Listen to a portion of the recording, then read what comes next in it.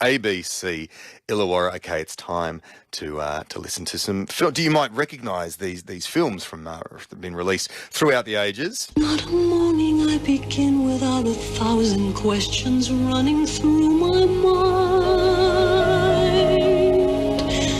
Gentle for the 1,000th time, men and women Have different obligations, I know, but Don't ask why. But Yentl couldn't help herself. My mom says that you're homeless. Is that true? No, I'm not homeless. I'm just houseless. 25 years since our first run together. 1900 and nothing. It's a long time. So that is Yentl, Nomadland, and The Power of the Dog. Yentl from 1983, the other two from the last couple of years. What have they got in common, do you think? They are all directed by women.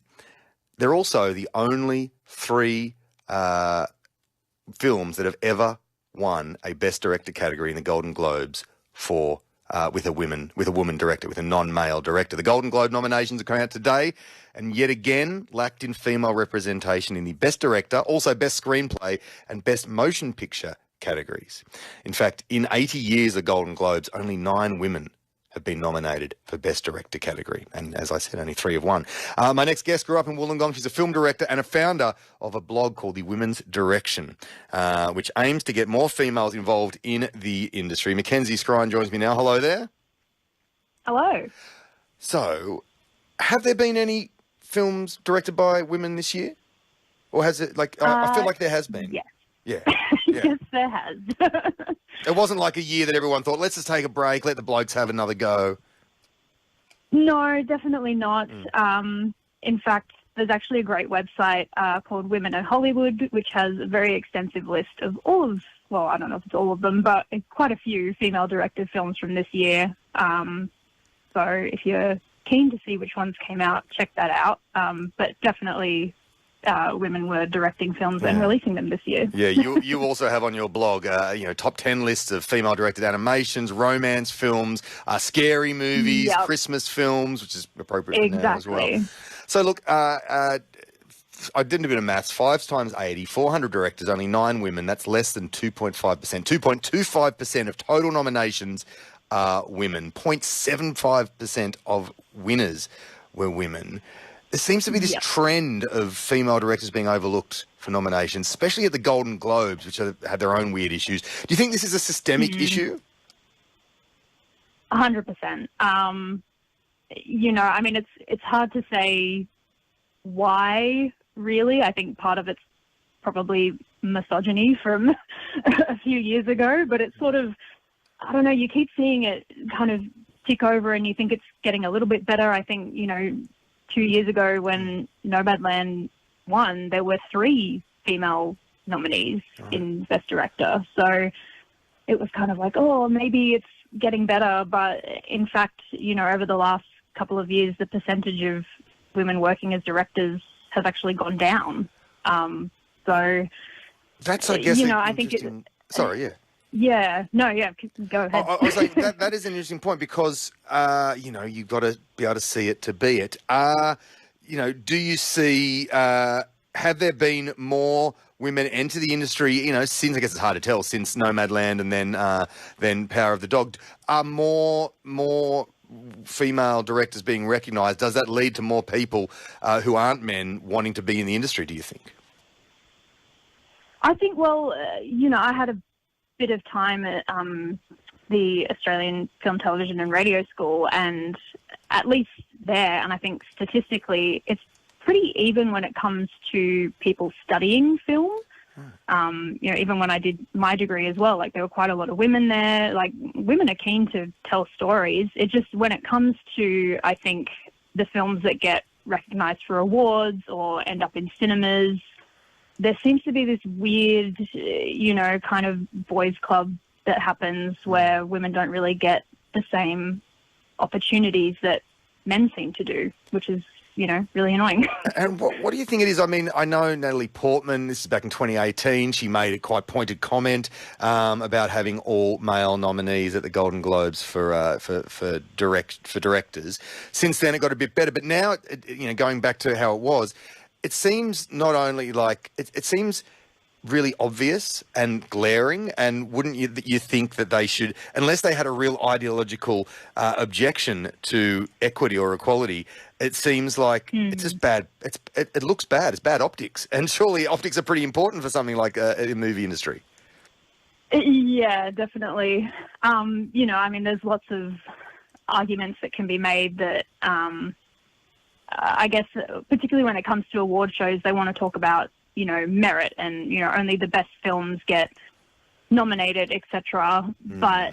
And a lot of people are kind of opposed to doing a split, best female director, best male director, because I've spoken to a lot of women that really want to get past the label of like, I'm a female director. Like, I just want to be directors. But then, when it comes to these award shows, none of them get nominated. So it's this kind of catch-22, I guess, when you want to be not seen as a woman, but then you sort of need to put something in place, I think, whether it's a quota or more, funding or initiatives, whatever it is, to just get those female stories out there, because there's definitely women making films, they're just not being seen. And does it, awards are one thing, but does it flow through to things like, bums on seats in cinemas or, people clicking on things on streaming services?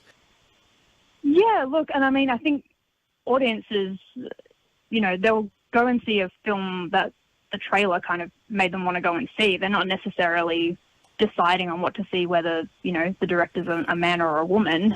And I guess from an audience point of view, if you want to kind of make an impact, that's something you could think about doing, when you're looking at what's on at the cinema, which one is directed by a woman. When you're scrolling your streaming service, is this film directed by a woman or not? Maybe choose the female-directed one.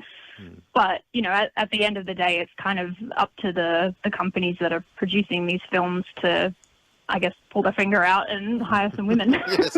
Well, we've seen a few things change in the filmmaking world in the last few years. Intimacy coordinators being added to films that have intimate scenes, because mostly women have spoken out about feeling uncomfortable in those situations. Do you think the industry has made positive steps forward in this sort of space and improving female involvement at all?